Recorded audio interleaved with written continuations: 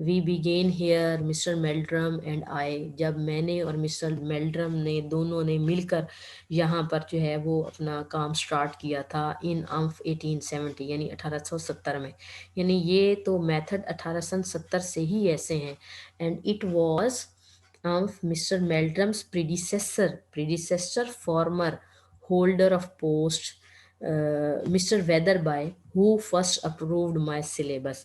اور یہ تو جو ہے مسٹر میلڈرم اور میں نے اور وہ کہتا ہے کہ اور جنہوں نے وہ کہہ رہے ہیں اور مسٹر میلڈرم سے پہلے والے head master mister Weatherby تھے جنہوں نے پہل میرے سلیبس کو منظور کیا تھا.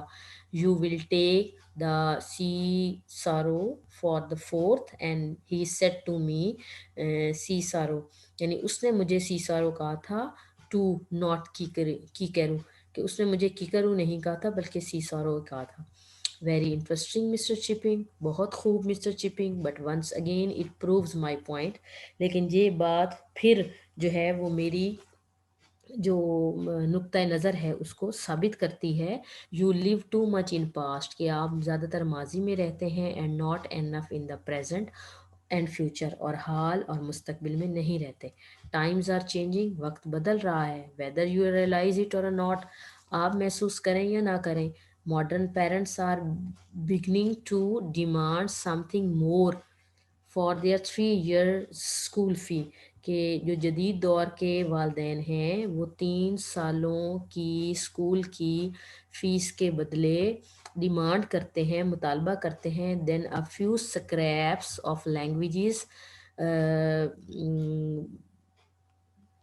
ان مردہ زبانوں کے چند لفظوں یا ٹکڑوں کے بدلے میں کچھ زیادہ ڈیمانڈ کرتے ہیں دیٹ نو باڈی اسپیکس جنہیں اب کوئی بولتا بھی نہیں. یعنی ان چند مردہ زبانوں کے چند الفاظ سے کہیں زیادہ جو ہے وہ نالج ایکسپیکٹ کرتے ہیں جدید دور کے جو پیرنٹس ہیں. اور اب یہ الفاظ تو کوئی بولتا بھی نہیں تھا. بسائڈس اس کے علاوہ your boys don't learn even what they are supposed to learn.